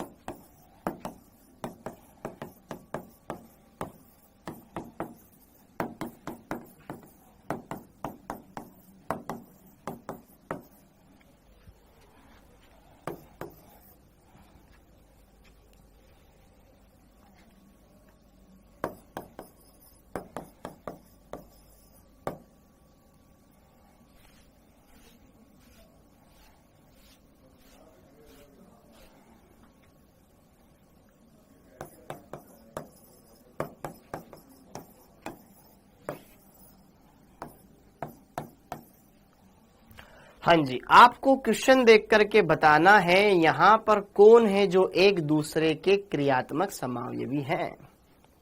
ठीक है बेटा, हाँ जी ये दोनों एक दूसरे के ये युग्म, ये युग्म, ये युग्म, ठीक है ओके। और एक लास्ट कंपाउंड और देख लो,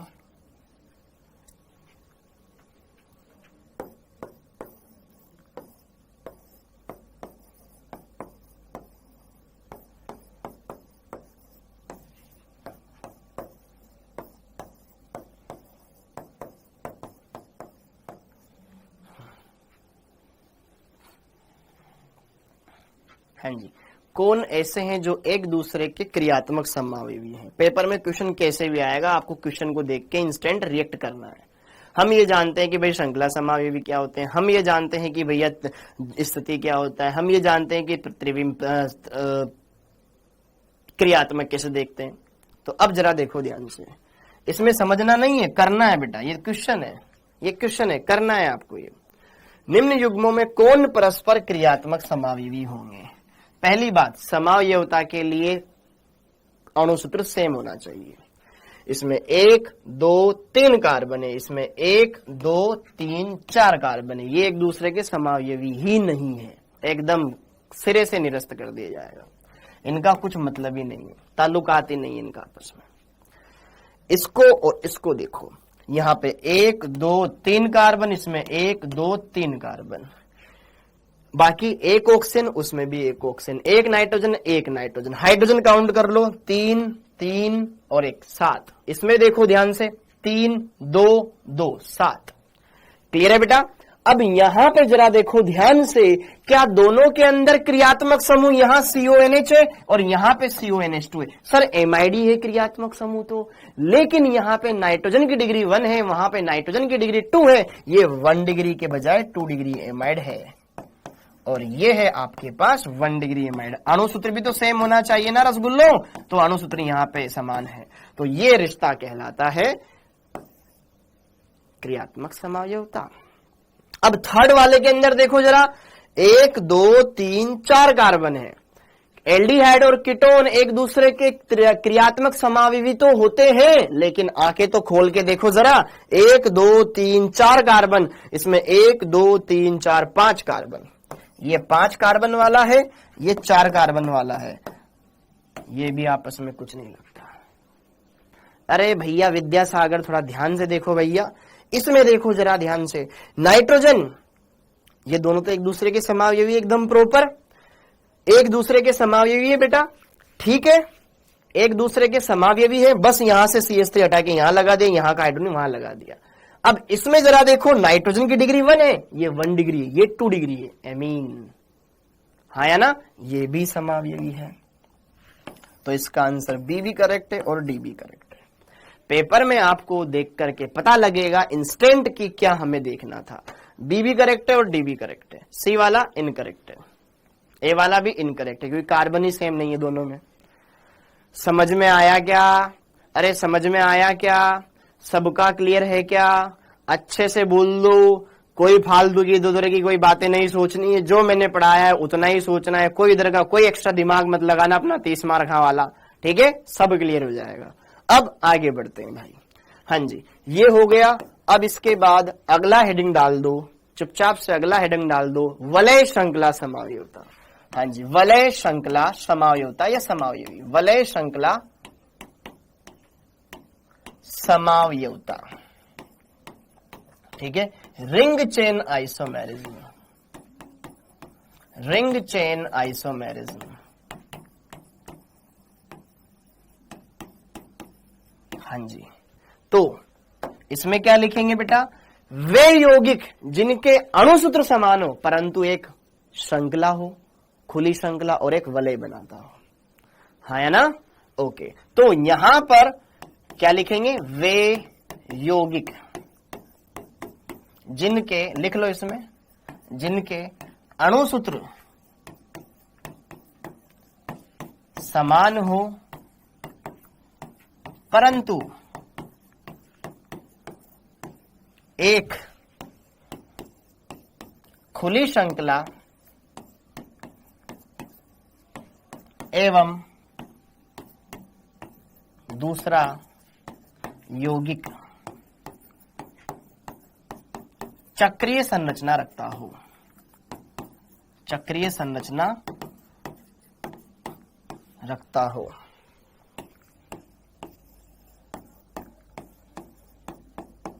उदाहरण, एल्कीन एवं साइक्लोएल्केन,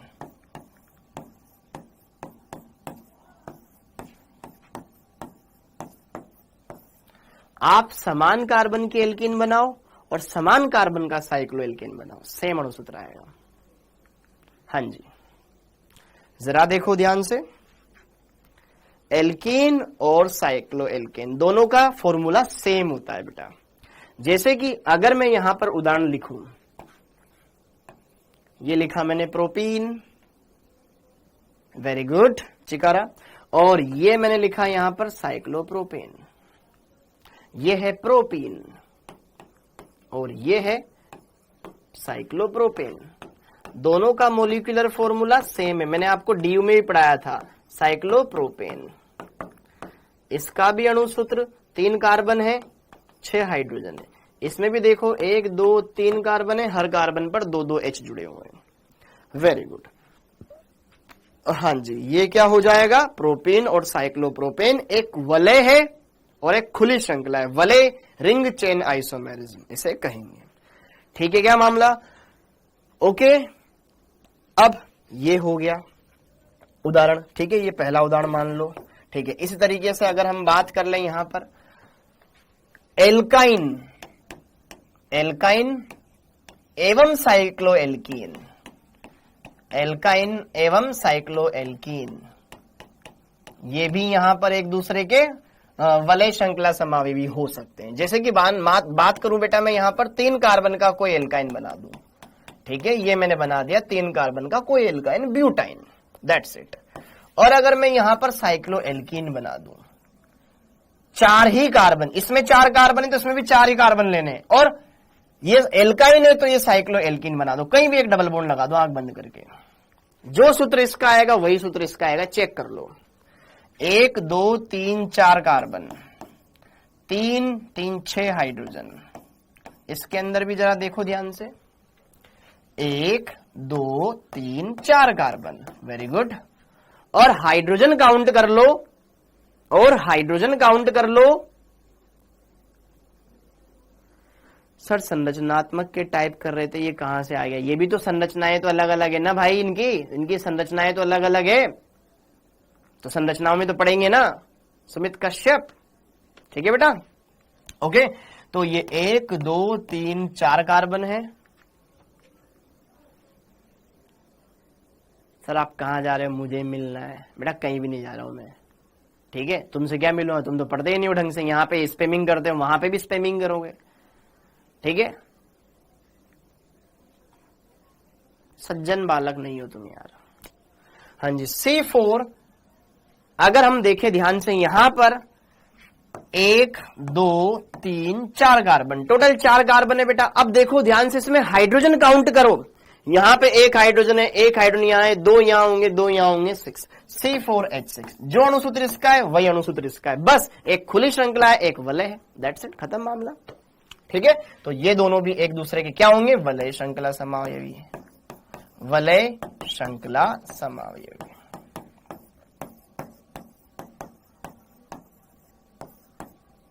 हाँ जी, जैसे कि मान लो कोई और, मैंने रेंडमली उदाहरण ले लिया, कोई रेंडमली उदाहरण ले लिया मैंने, ये मैंने कोई कंपाउंड ले लिया बेटा, ठीक है,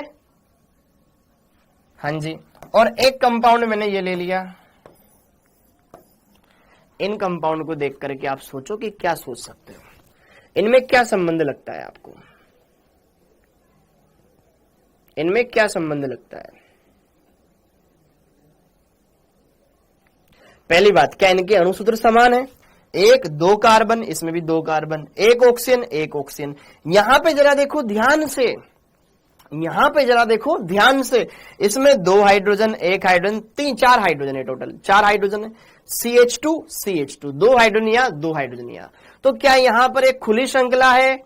यस है। और यहां पे दूसरा वलय है? यस है। तो इनको हम क्या बोलेंगे? Ring chain isomerism. प्रियांशी बेटा दोनों में सेम है बेटा, दोनों में सेम है बेटा, सेम अणुसूत्र है दोनों के अंदर, ठीक है। बहुत सी बार, हर बार लिखवाया है, ठीक है, इस बार अणुसूत्र अलग थोड़ी ना जाएगा, ठीक है। तो यहां पर एक चक्रीय संरचना है, एक ओपन चेन स्ट्रक्चर है, तो ये both are known as ring chain isomerism, ठीक है, वेरी गुड।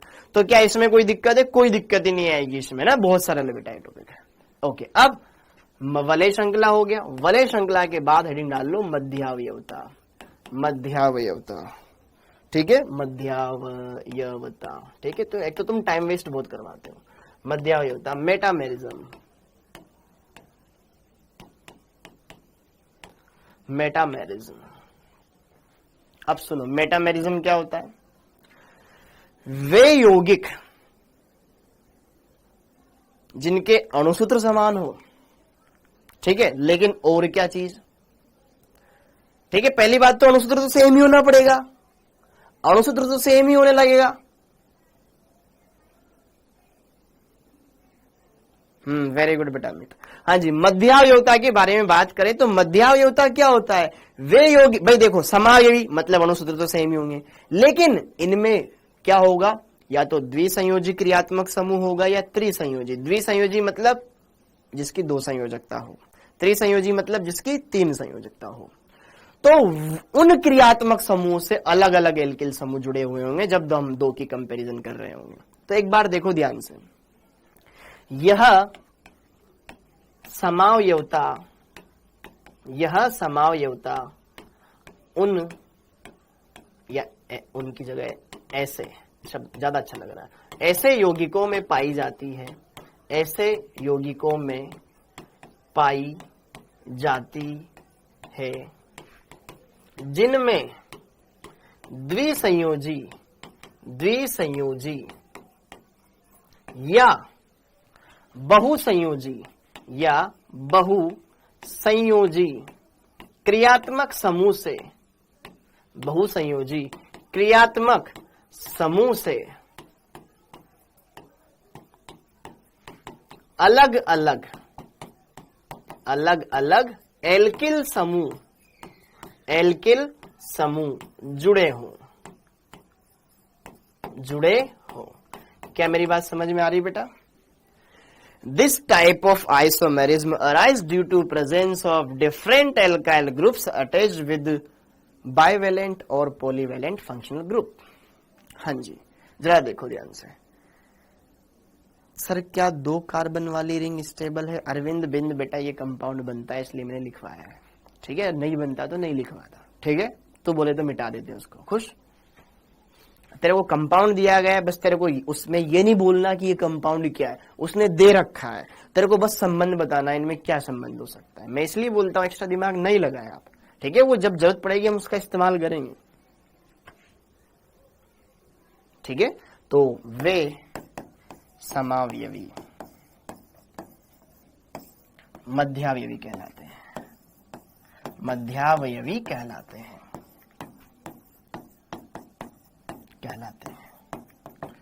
अब जैसे कि देखो ध्यान से बेटा, देखो ध्यान से मेरी बात सुनना। उदाहरण मैंने लिखा रसगुल्लो कहीं पर CH3 CH2 O CH2 CH3, एक कंपाउंड मैंने ये बनाया और मैंने आपसे पूछा कि बताओ भैया ये वाला कंपाउंड इस वाले कंपाउंड का क्या लगता है रिश्ते में, ये इसका क्या लगता है? एक कंपाउंड ये लिया, एक कंपाउंड ये लिया। पहली बात जरा देखो ध्यान से, दोनों का अणुसूत्र एकदम डिट्टो सेम है। इसमें ऑक्सीजन के इधर भी एथिल है, इधर भी एथिल है, उसमें एक तरफ एथिल है, एक तरफ मेथिल है, एक तरफ प्रोपिल है।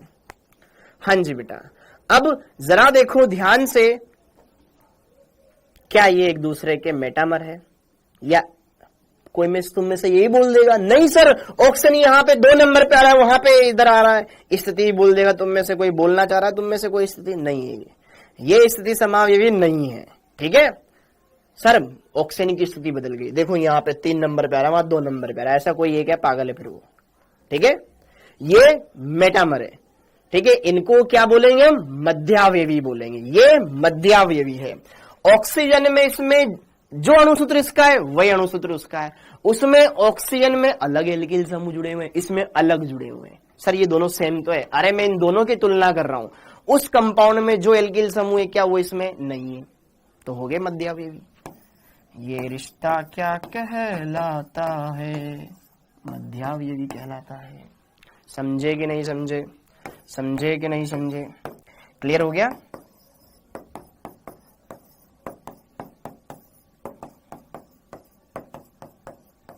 हाँ जी, लेकिन इस वाले एग्जाम्पल में अगर हम बात करें,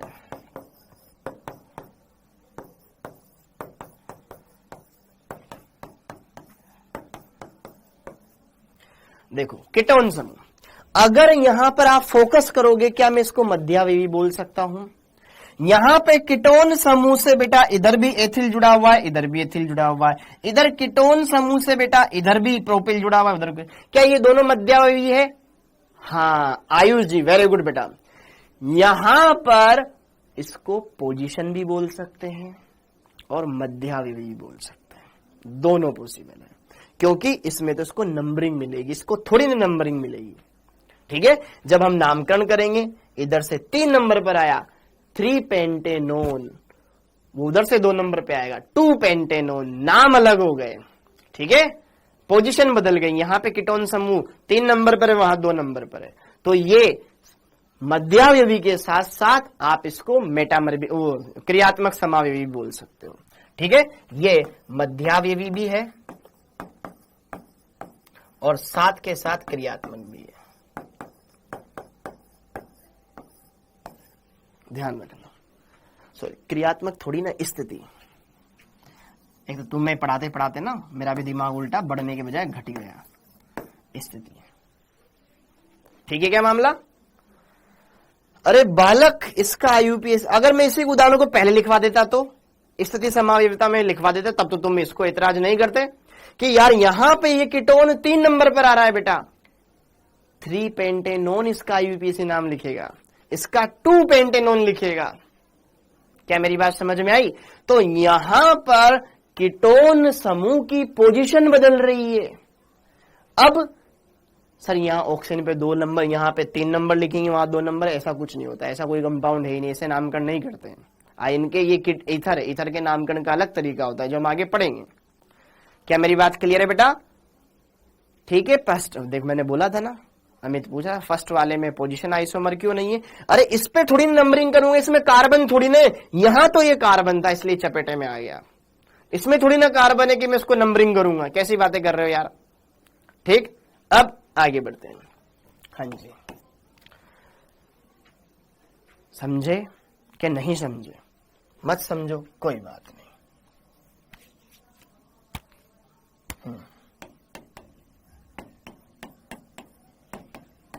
इसमें तेरा घाटा मेरा कुछ नहीं जाता।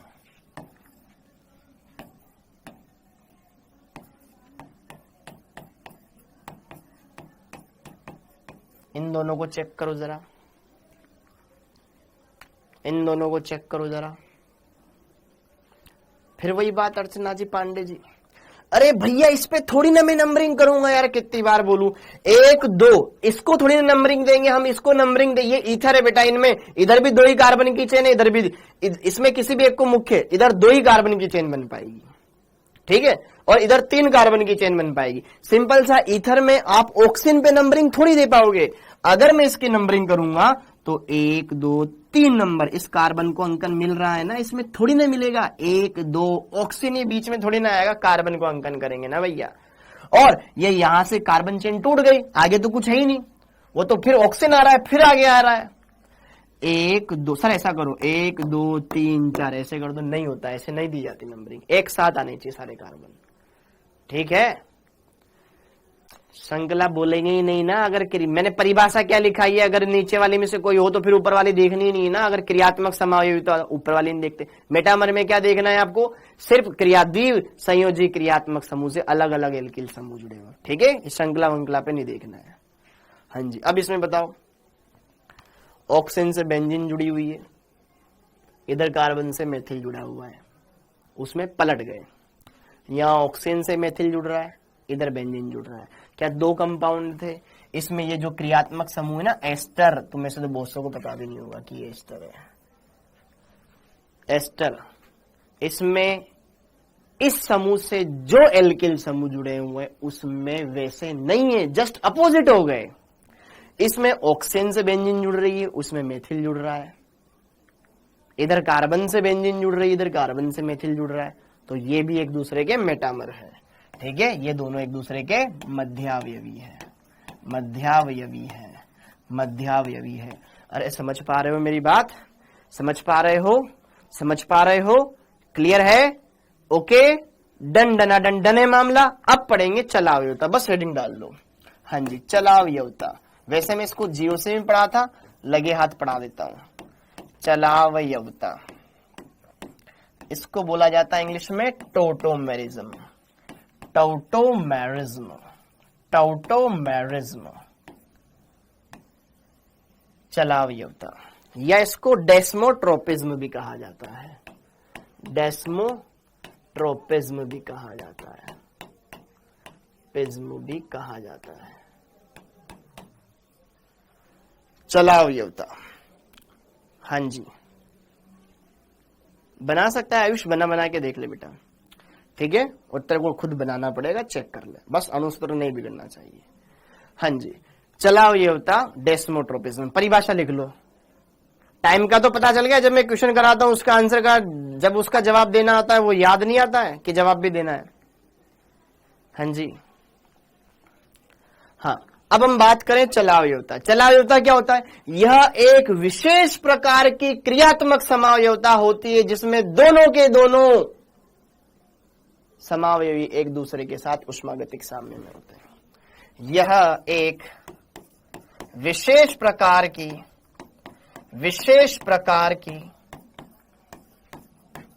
क्रियात्मक समावयवता है, क्रियात्मक, यह एक विशेष प्रकार की क्रियात्मक समावयवता है, समावयवता है, जिसमें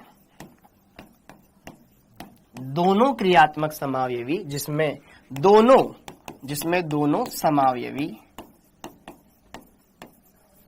ऊष्मागतिक साम्य में, ऊष्मागतिक साम्य में उपस्थित होते हैं।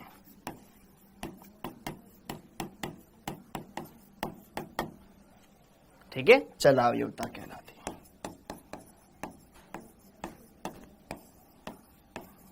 बस उदाहरण देख लो, फिर बाकी कल देखेंगे। उदाहरण देखो बेटा, देखो देखो देखो देखो, ध्यान से देखो। यहां पे मैंने लिखा CH3 CO CH3, ये कंपाउंड देखा। अब इस कंपाउंड में मैंने थोड़ा सा हेरफेर कर दिया और इसको दूसरे में बदल दिया।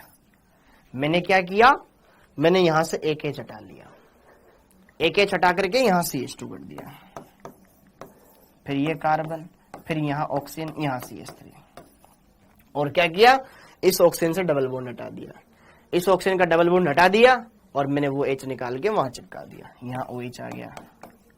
अब ऑक्सीजन का तो स्टक पूरा हो गया, लेकिन बेचारी इस कार्बन का स्टक अपूर्ण रह गया। क्या आओ अपन दोनों मिलकर डबल बॉन्ड बना लेते। ये देखो, तो आपको करना कुछ नहीं है, सिंपल सा, अभी कुछ पूछना भी नहीं है कि सर ये कैसे हुआ, कल बताऊंगा, ब्रेक के बाद बताएंगे। ठीक है, तब तक के लिए जुड़े रहिए डाउटनेट के साथ। ठीक, हाँ जी, सस्पेंस है, जिसने पढ़ा हुआ है वो कर लेगा, जिसने नहीं पढ़ा हुआ है दिमाग लगाना बेटा। ठीक है, नींद नहीं आनी चाहिए तुम्हें जब तक इसका आंसर तुम्हें ना पता चल जाए। ठीक है, ट्राई करना, ढूंढना कि कैसे ये कन्वर्ट होता है। तो ये कंपाउंड इस कंपाउंड में कन्वर्ट हो गया। इसमें कौन सा समूह है, कीटोन समूह है, इसलिए इसको बोलते हैं कीटोन।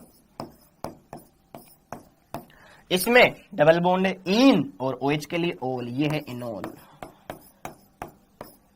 ये है इनोल रूप, ये है कीटो रूप, और ये दोनों एक दूसरे के साथ साम्य में रहते हैं। ठीक है, तो ट्राई करो। प्रीति बेटा ऐसे नहीं बोलते हैं, ठीक है, नहीं बोलते हैं। ओके समीर, ठीक है बच्चों, तो आई होप ये बात समझ में आ गई होगी आपको। ओके, और देखो ध्यान से दूसरी बात, पढ़ाते टाइम सिर्फ पढ़ाई किया करो, इधर उधर की बातें मत किया करो बेटा। इस बात का अंदाजा तब होएगा जब आपके एग्जाम नजदीक होंगे, फिर आप चिल्लाएंगे कि syllabus syllabus syllabus syllabus syllabus. तो प्लीज इस बात को सीरियसली लें, और जो बच्चे नहीं पढ़ना चाहते मत आया करो। आपकी हमें कोई भी यहाँ पर सहानुभूति नहीं चाहिए। अगर नहीं पढ़ना है तो मत आया करो प्लीज, आप बाद में देख लिया करो। ठीक है, तो इस बात का ध्यान रखें, पढ़ने आयो पढ़ाई किया करो बेटा। आपको टेंशन क्यों नहीं होती है यार कि हमारे एग्जाम आ रहा है। ठीक है, हम नीट का एग्जाम दे रहे हैं, अगर इस साल सिलेक्शन नहीं हुआ तो एक साल मेरे को और पूरा घिसना पड़ेगा, है ना।